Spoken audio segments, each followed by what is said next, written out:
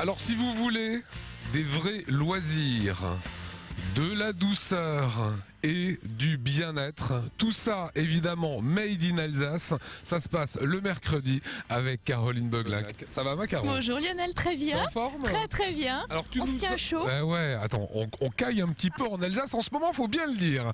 Alors tu nous amènes à la maison rurale de Kutzenhausen aujourd'hui. Oui, dans l'Outre-Forêt, c'est au nord de Haguenau.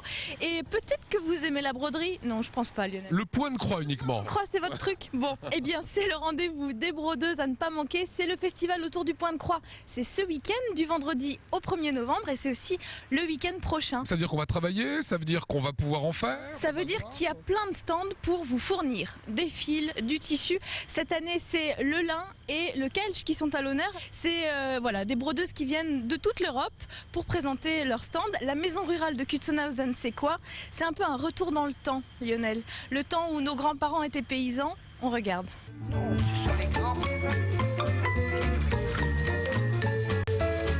Ma génération a encore vécu certaines choses, mais aujourd'hui, les enfants, ils sont complètement dépaysés quand ils arrivent ici. Quand on leur montre le pot de chambre qui est rangé sous le lit, c'est quelque chose de presque d'irréel pour eux, oui, comme vous dites. Le WC extérieur, ça, c'est sortir en chemise de nuit en hiver, c'est tout à fait exceptionnel et ils aiment quand même. Qui vivait ici, Annie? Donc le couple qui gérait la ferme vivait la cuisine, la Großstubladkov ici. Le couple de jeunes qui était censé reprendre plus tard vivait au premier étage dans la Schenstub avec une possibilité de loger leurs enfants dans la pièce d'enfants à côté. Et puis il y avait la chambre des personnes âgées qui vivaient aussi dans la maison, puisqu'à l'époque il n'y avait pas de maison de retraite.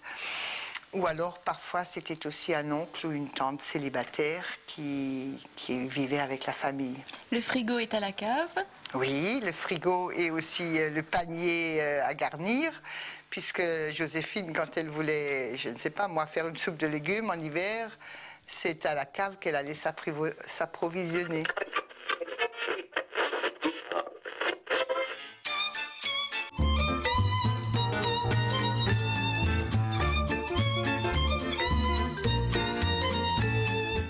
On revient un petit peu aux sources, presque. Hein.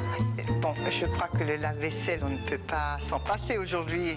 On lavait la vaisselle avec l'eau qu'on cherchait au puits.